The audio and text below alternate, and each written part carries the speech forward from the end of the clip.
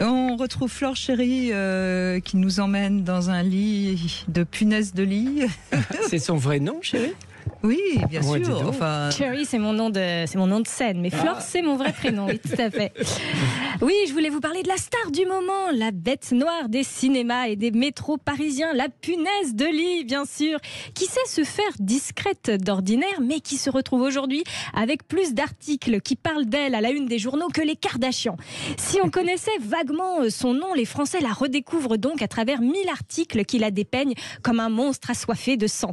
Son dernier buzz, Bernard Werber, qui ajoute un clou au pilori de ce paria de la société en évoquant sur France Culture la sexualité bien particulière de ce petit insecte. Alors évidemment, il faut que je vous fasse un débrief parce que bon, il est grand temps qu'on organise un MeToo chez les punaises de lit. Déjà, les punaises de lit bandent tout le temps et ont près de 200 rapports par jour. Alors ça a l'air cool comme ça, hein, ça fait un peu... 200 rapports par jour par punaise. Par punaise, ça fait beaucoup, ça fait un peu ambiance révolution sexuelle des 68 arts. Sauf qu'en fait, les mâles ont des pénis perforateurs qui endommagent les carapaces de tout le monde pour y mettre leur sperme. Et quand on dit tout le monde, c'est tout le monde. Hein. Ils tirent partout, surtout sur les autres mâles. Exactement. 50% sur les autres mâles, un peu sur les femelles, sinon ça sert à rien. Et aussi parfois sur les autres insectes qu'ils confondent avec des congénères, des grands génies du mal, ces punaises de lit. Surtout qu'ils éjectent une quantité de sperme phénoménale par rapport à leur taille. Si on fait le ratio avec les humains, ce serait 30. Non mais Flore Chéri, déjà que les gens sont angoissés par les punaises de lit. J'en rajoute une. Vous allez leur faire passer un mauvais week-end. Oui, je pense, oui. Mais il va faire beau et pour ressortir hors de Paris, c'est très bien. Ce serait 30 litres de sperme qui seraient expulsés à chaque éjaculation, ce qui peut remplir de jolis baignoires. Vous en conviendrez. Je fais juste un ratio, hein. Ils n'éjaculent pas 30 litres, mais vous avez l'image. Et alors, pour contrer... Attendez, le mieux reste à venir. Pour contrer la violence de cet acte sexuel, les femelles comme les mâles ont développé sur leur dos des mini-vagins. Alors, chez les mâles, ça sert à rien, hein, des grands génies, on vous avait dit. Mais chez les femelles, ces mini-vagins sont reliés au vagin principal. Parce que comme ils se font tout le temps perforer, le sperme va partout. Là, ces petits mini-vagins, hop, ils relient le sperme jusqu'à un grand vagin principal. Avec l'apparition de ces mini-vagins, certains mâles ont développé un autre mode d'acte sexuel, les pistolets pénis.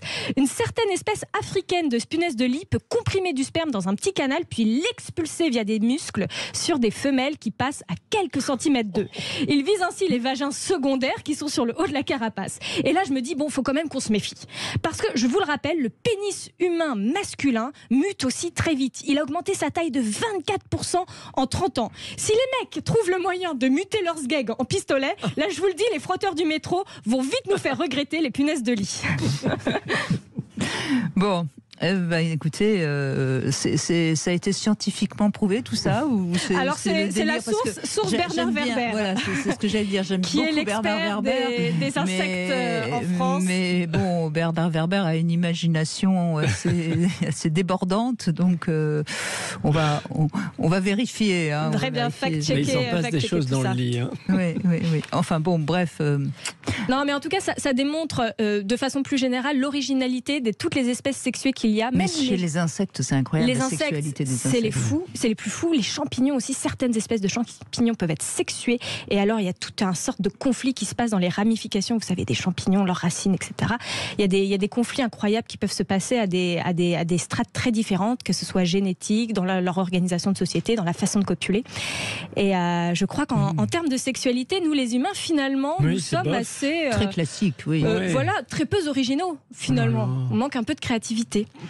Bon, enfin, je préfère mon classique coït à ce coït de punaise. Oui, mais il leur manque des clitoris pour apprécier la chose. Enfin, on se rend bien compte. Ah oui. Ah oui, parce qu'on ne sait pas si elles jouissent les punaises quand on les perfore. Je ne pense pas, non. Je ne suis pas sûre. Bon, en tout cas, c'est l'actualité actuellement. Merci Flore Chéri de nous avoir amusés avec une actualité qui n'est pas spécialement drôle pour la plupart des gens. Merci beaucoup Flore Chéri. Je rappelle que vous êtes l'auteur de cette nouvelle pièce, le 5 à 7, qu'on retrouve au My Sweet Fantasy, au Sweet Paradise, pardon. Cet endroit hein, où on peut aller assister à des spectacles. Et c'est donc tous les dimanches à 16h. Il n'y a pas de punaise de lit chez vous nous, pour l'instant, il n'y a pas de punaise de lit. En tout cas, c'est pas comme ça qu'on appelle nos clients. Donc vous pouvez aller voir cette pièce. D'ailleurs, je ne sais plus qui m'a dit que c'était très intéressant.